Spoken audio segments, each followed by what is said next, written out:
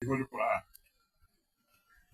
Allah subhanahu wa ta'ala says in the Holy Quran, I think in Surah Al-Zilzila, in the Allah, a ƙarshen wannan aya,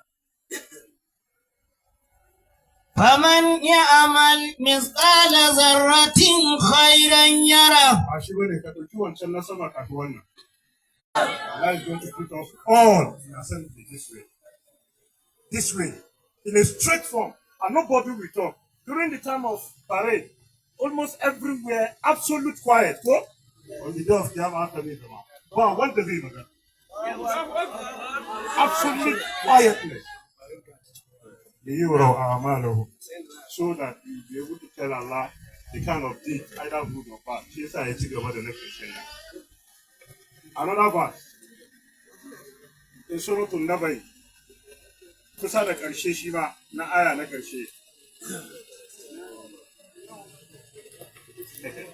Allah subhanahu wa ta'ala is saying the day that He will soon to gather all angels and everybody to be in straight form.